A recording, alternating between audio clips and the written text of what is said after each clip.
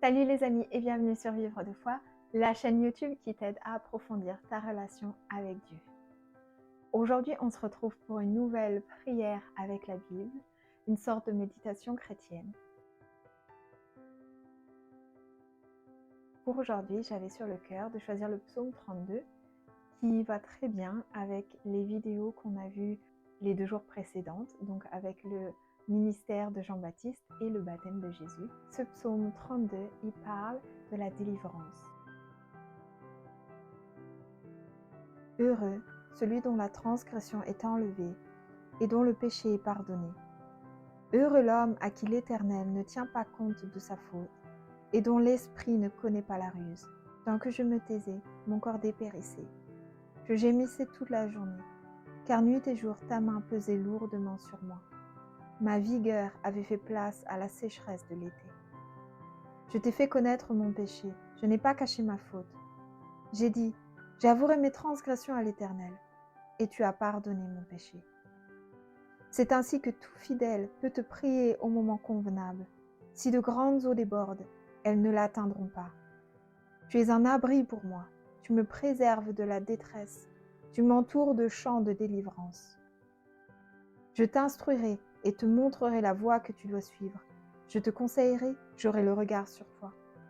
Ne soyez pas comme un cheval ou un mulet sans intelligence. On les freine avec un mors et une bride, dont on les orne, afin qu'ils ne te bousculent pas. Beaucoup de douleurs sont le lot du méchant, mais celui qui se confie en l'Éternel est environné de sa grâce. Juste, réjouissez-vous en l'Éternel, et soyez dans l'allégresse. Poussez des cris de joie, vous tous qui avez le cœur droit. Seigneur, en le nom de Jésus-Christ, je te remercie pour ce psaume.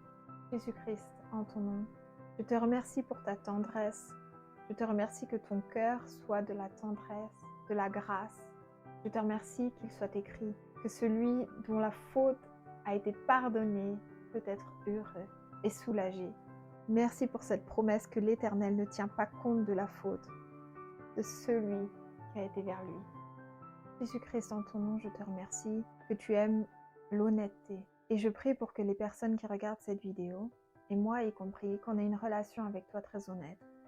Qu'on ait le courage de venir vers toi, qu'on ait le courage de te dire si on a fauté.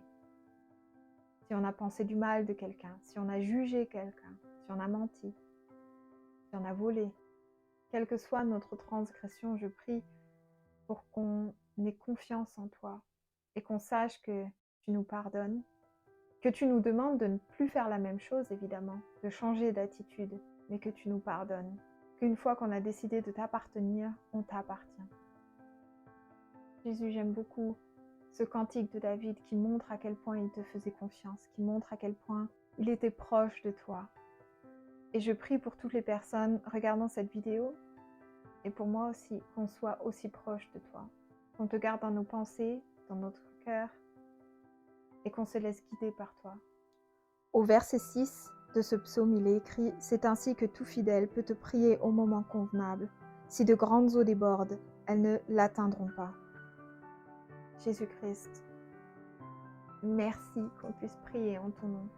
Merci qu'on soit juste quand on te connaît.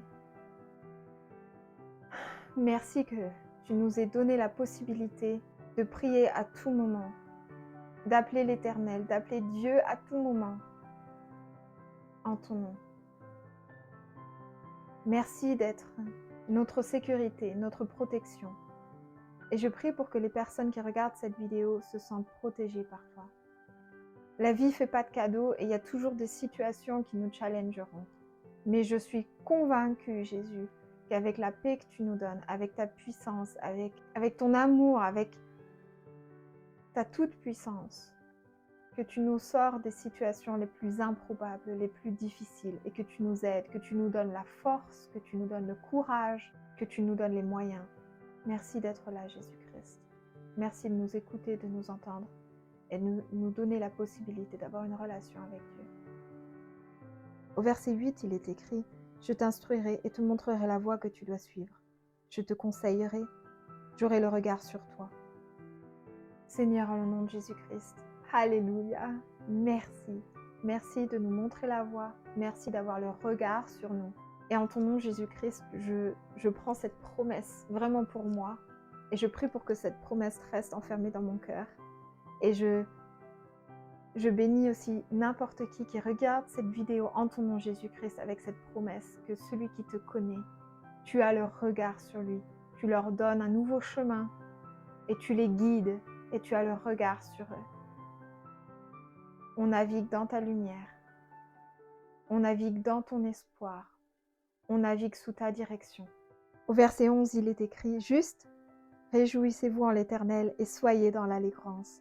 Poussez des cris de joie, vous tous qui avez le cœur droit. » Alléluia! Seigneur, en le nom de Jésus-Christ, merci, merci pour ce psaume 32. Merci de nous avoir donné la vie. On se réjouit en toi. Parfois, il arrive que pendant la prière, on ait une image, que le Saint-Esprit nous donne une image ou des mots. Et là, j'avais une image en tête.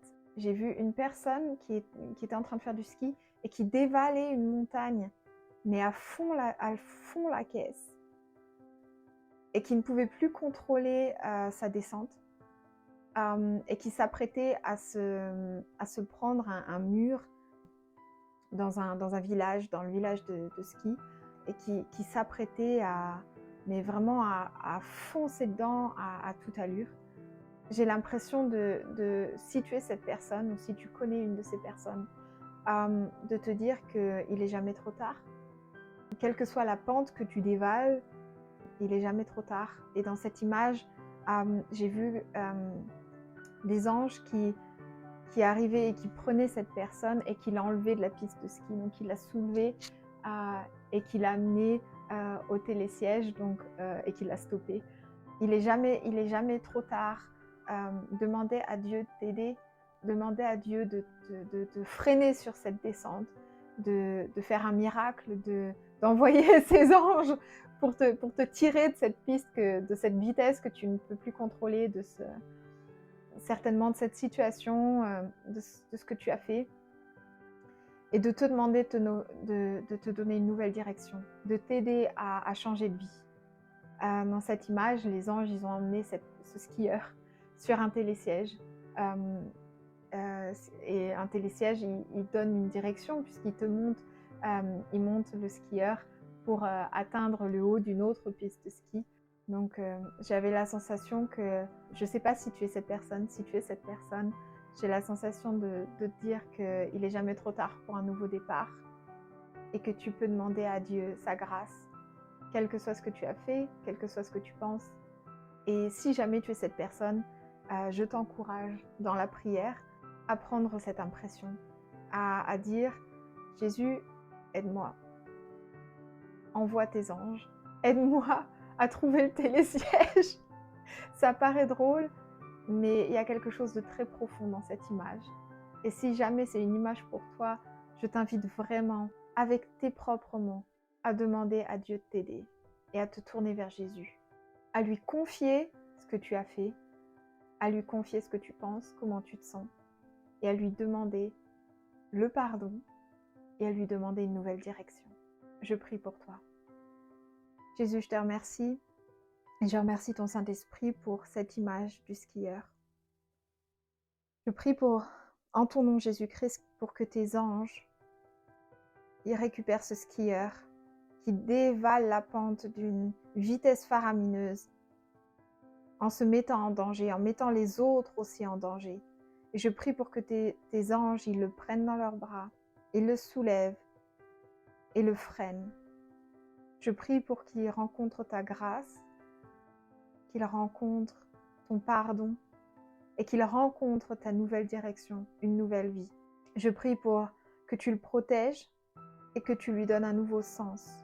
Donne-lui une nouvelle chance dans ta grâce, Jésus-Christ. Je prie pour cette personne. Amen. On se retrouve demain pour une nouvelle vidéo, une étude biblique. Salut.